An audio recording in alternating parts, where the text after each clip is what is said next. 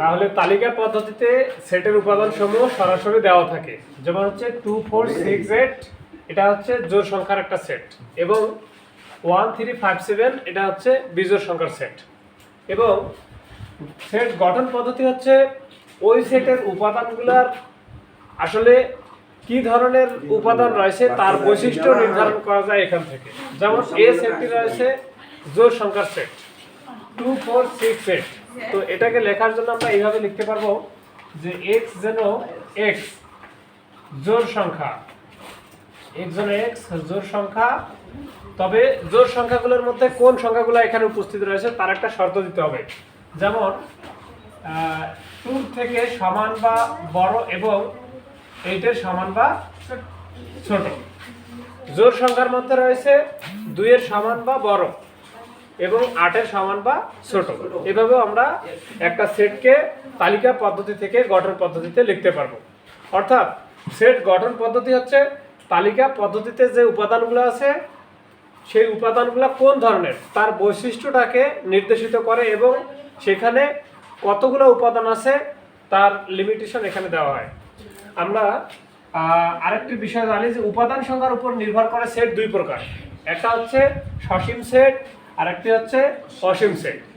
সসীম সেট হচ্ছে যে সেটের উপাদান সংখ্যা নির্দিষ্ট, অর্থাৎ যে সেটের উপাদান সংখ্যা গণনা করা যায়। যেমন আমরা যদি কোনো সেট সি ধরে নেই যে এর উপাদান সংখ্যা এ বি ডি, যেমন এখানে এর উপাদান সংখ্যা 3টি এ বি ডি, অর্থাৎ যেগুলো সেটের উপাদান সংখ্যা কাউন্টেবল গণনার যোগ্য তারা হচ্ছে সসীম সেট।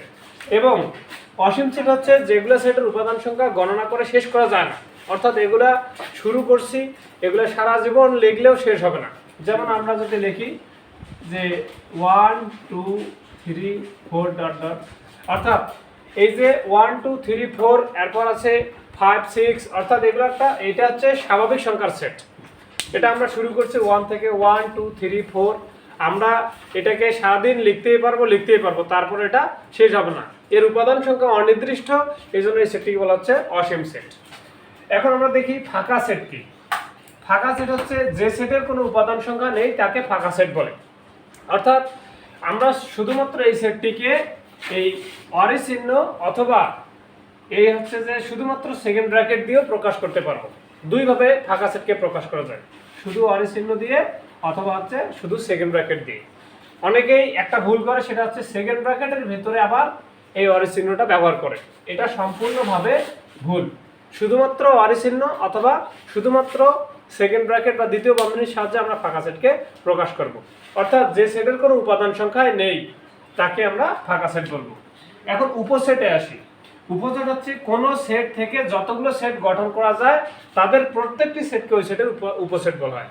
উপসেট হচ্ছে একটা এমন ব্যাপার যে একটা সেট, মনে করো যে এখানে আমরা নিলাম 2 4 6, এখান থেকে যদি কেউ তৈরি করে এভাবে যে স্যার আমি বি একটা সেট তৈরি করব 2 আর 4 দেব, স্যার সি একটা সেট তৈরি করব আমি 2 আর 6 দেব, এভাবে মনে করো যে ডি একটা সেট তৈরি করব সে স্যার 4 আর 6 দেব।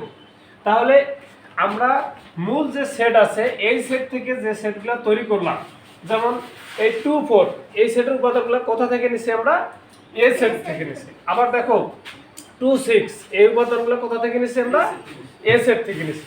তাহলে আমরা কিন্তু বর্তমানে যে বি সি ডি সেটগুলো গঠন করছি সেগুলো একটা মূল সেট এ সেট থেকে নিছি। তাহলে বি সি ডি হচ্ছে এই মূল সেটের উপসেট। অর্থাৎ যেমন একটা প্রধান দল করে দিলাম, আবার সেই দলটাকে যদি কেউ আবার ছোট ছোট দলে পরিণত করে তাহলে সেগুলো হচ্ছে উপদল। সেরকম একটা সেট আছে, এখান থেকে তুমি যে নতুন নতুন সেটগুলো তৈরি করবা তারা হচ্ছে এই মূল সেটের উপসেট। এবং এখানে আরেকটা বিষয় আলোচনাযোগ্য, সেটা হচ্ছে সার্বিক সেট। এই কথাটা আমরা এখানেই শিখে নেই যে সার্বিক সেট কি। ইংরেজিটা হচ্ছে ইউনিভার্সাল সেট। অর্থাৎ আমরা এই যে উপসেটগুলো তৈরি করলাম কোন সেট থেকে তৈরি করলাম, একটা নির্দিষ্ট সেট থেকে তৈরি করলাম, এ সেট থেকে তৈরি করলাম, তাহলে এখানে এ সেট হচ্ছে সার্বিক সেট। আমরা এই কথাটা বুঝছি।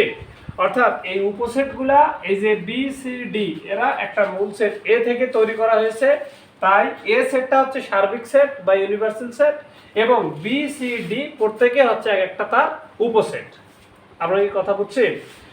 এখন আমরা তাহলে আরেকটা ব্যাপারে যাই, যে আমরা একটা যে সেট নিছি এই যে এ সেট 2 4 6, এর উপাদান সংখ্যা কয়টি আছে?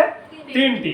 এই যে 1 2 3, এই একটা সেট থেকে আমরা কতগুলো হচ্ছে যে উপসেট তৈরি করব, তার সংখ্যা হচ্ছে, এই যে কোন সেটের উপাদান সংখ্যা n হলে তার উপসেট সংখ্যা হচ্ছে 2 টু দি পাওয়ার n।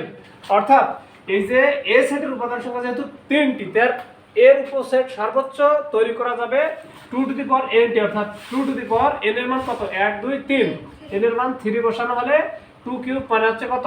8। অর্থাৎ আমরা এই যে 2 4 6 এই সেটটা থেকে হচ্ছে যে আমরা 8টি উপসেট তৈরি করতে পারবো। যেমন আমি একটু উপসেটগুলো তৈরি করে দেখাই। এই যে একটা হচ্ছে আমরা নিচে মনে করি যে 2 4,